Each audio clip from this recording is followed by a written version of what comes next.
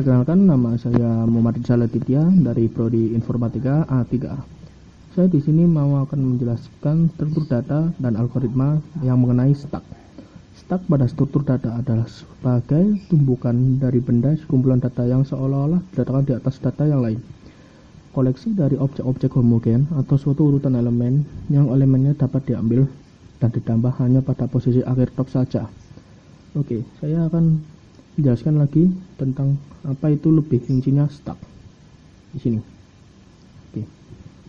Definisi stack hampir sama seperti tadi. Jadi, stack atau tumpukan adalah suatu struktur data yang terbentuk dari barisan hingga yang terurut dari satuan data. Pada stack, penambahan dan penghapusan elemennya hanya dapat dilakukan pada satu posisi, yaitu posisi akhir stack. Posisi ini disebut puncak atau top dari stack. Elemen stack S yang berada pada posisi top atau puncak dinyatakan dengan top S. Jika stack S sama dengan S1, S2, dan seterusnya hingga ST, maka top S tersebut akan menjadi ST sama dengan ST. Sedangkan banyaknya elemen stack S dinyatakan dengan 0 S sama dengan T. Oke, saya akan menjelaskan tentang representasi stack. Yaitu di sini saya akan membuat suatu tempat yang kubuat yaitu dengan maksimal 6. 1 2 3 4 5 6. Jadi di sini akan saya isi dengan sampai 4, yaitu 4 huruf, yaitu A, B, C, D. Jadi top tersebut berarti ada 4 yang dari A, B, C, D. Dan top yang bisa diambil duluan dari atas yaitu 2 top yang sama dengan D, yaitu yang dari awalan yang bisa diambil dari awalan dari belakang, yaitu D, C, dan seterusnya. Dan 0 S sama dengan 4, yaitu jumlah yang saya berikan ini, itu 4. Oke. Jadi operasi stack yaitu beberapa macam. Itu create S adalah operator yang menciptakan stack S yaitu suatu stack hampa. Jadi 0 create S adalah 0 dan dot create S adalah tak terdefinisi. Kedua, isempty S adalah operator yang berfungsi untuk memeriksa apakah stack S hampa, kosong atau tidak. Hasil dari operasi empty adalah boolean yaitu true jika kosong dan false jika isi. Oke, operasi stack lanjutan. 3. Push S elemen. Push SE adalah operator yang berfungsi menambahkan elemen E ke stack. Elemen E akan ditempatkan pada posisi top S. Suatu error akan terjadi jika push dioperasikan pada stack yang sudah mencapai maksimal stack overflow atau berlebihan. Pop S adalah operator yang berfungsi melakukan atau menghapus elemen top S dari dalam stack. Pop S akan mengurangi nilai 0S dengan 1. Satu error akan terjadi jika pop S dilakukan pada stack yang hampa atau kosong, underflow. Jadi, push elemen atau pop S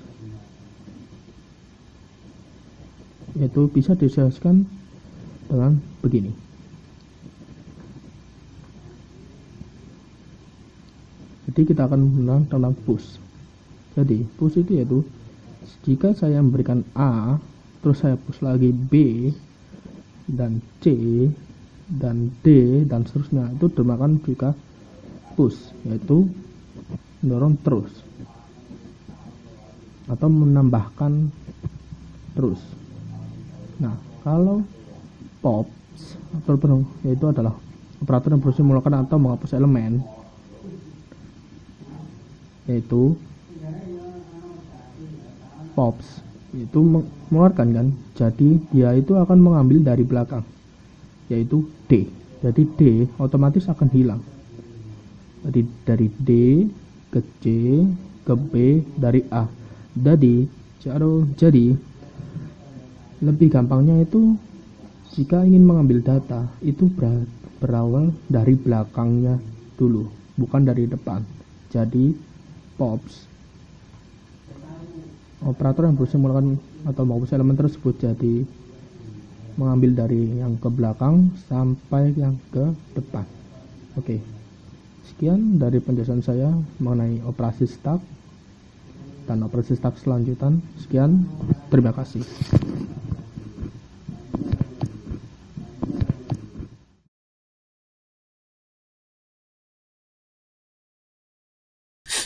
Oke, assalamualaikum warahmatullahi wabarakatuh. Saya Afnizar. Di sini saya akan menjelaskan queue. Jadi pengertian queue di sini pada struktur data atau antrian adalah sekumpulan data yang mana penambahan elemen hanya bisa dilakukan pada suatu ujung. Di sini berarti queue dapat diartikan sebagai antrian yang mana berkonsep FIFO seperti gambar ini ya. FIFO first in first out yang disingkat FIFO ini tadi. Pada queue dapat diartikan sebagai antrian seperti ini. Kita mulai dengan NQ atau memasukkan data. Jadi misal kita memasukkan data 4 set, kita masuk melalui belakang set. Nah, karena Q hanya dapat masuk melalui satu tempat, yaitu satu sisi, jadi melalui sisi in atau rear. Lalu kita NQ lagi data 13, maka 4 akan maju ke depannya. Nah, maaf seperti ini, terus menerus sehingga data semua akan masuk.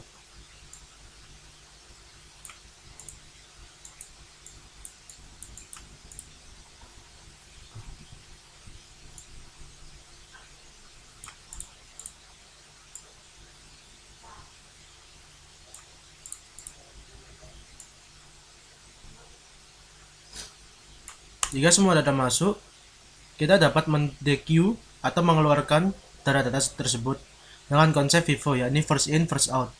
Kita lihat tadi yang pertama masuk adalah angka 4, maka angka 4 akan keluar duluan. Lalu 13,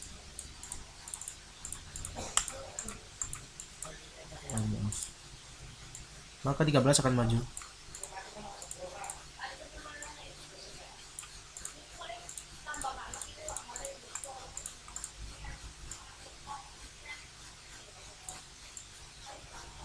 Begini, mendequeue lagi, kita 13 akan keluar, maka 41 akan maju.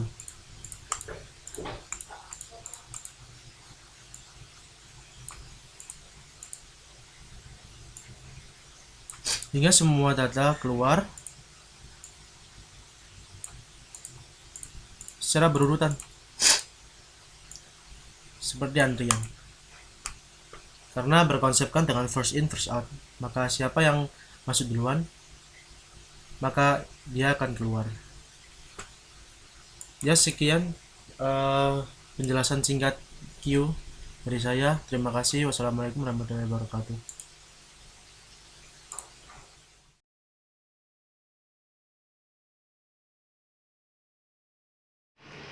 Assalamualaikum warahmatullahi wabarakatuh.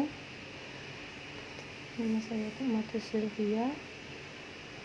Di sini saya akan menjelaskan tentang list, linked list. Di list itu terdapat linked list. Pengertiannya adalah struktur data yang terdiri dari suatu node, referensi atau pointer yang menghubungkan satu node dengan yang lain. Dan di sini node sendiri itu pengertiannya elemen-elemen yang berhubungan dengan link. Jadi itu node elemen-elemen yang berhubungan dengan link di dalam linked list sendiri. Linked list itu ada dua, ada single linked list dan double linked list. Kelebihan linked list itu secara ukuran lebih dinamis, data menjadi berurutan, penambahan data maupun penghapusan data relatif lebih cepat. Di atas kelebihan tersebut terdapat kekurangan. Proses transversal lebih panjang karena tidak bisa langsung mengakses data dengan indeks. dan tidak dapat melakukan reversal traversal kecuali dengan double linked list.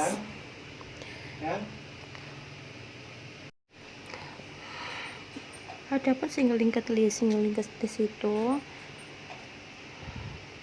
terdiri, linked list itu adalah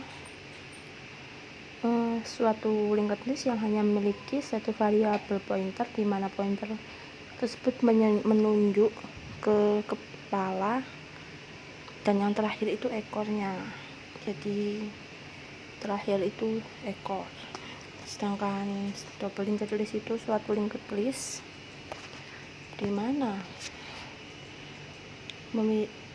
yang memiliki dua variabel pointer, yaitu pointer yang menunjukkan ke node selanjutnya dan pointer yang menunjukkan ke sebelumnya. Jadi ke kepala, terus ke ekor, nanti kembali lagi ke kepala lagi. Contohnya single linked list itu seperti Instagram yang ada di sini. Jadi sampai akhir ada batasannya itu tergantung followers yang Anda ikuti. Sedangkan double linked list itu seperti ada di video ini. Nanti video ini akan menjadi kembali ke awal semula.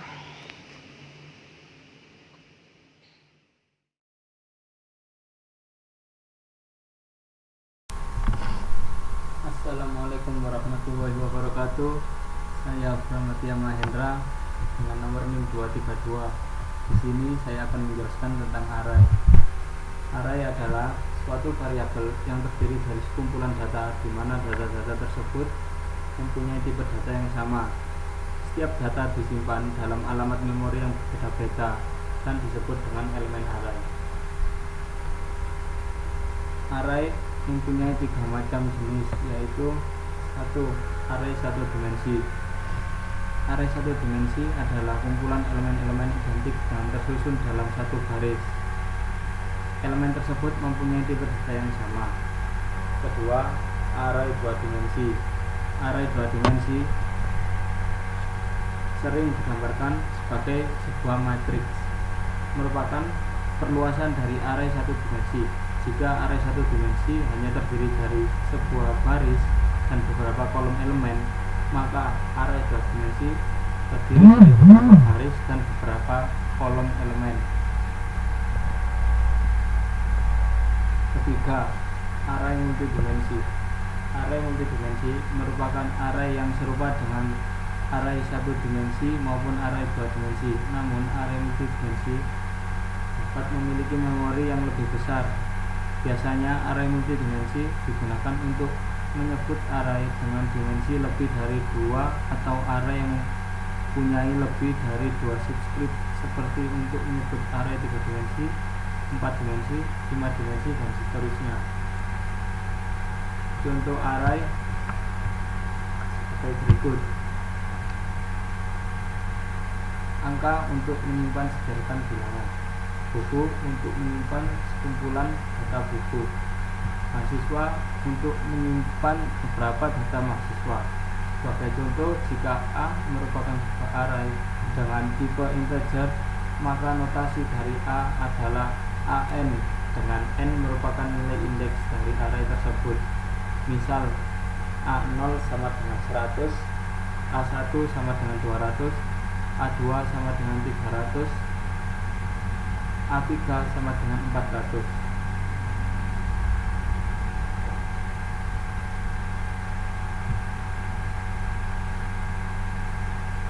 Sekian dari saya. Bila ada salah kata mohon dimaafkan. Wassalamualaikum warahmatullahi wabarakatuh.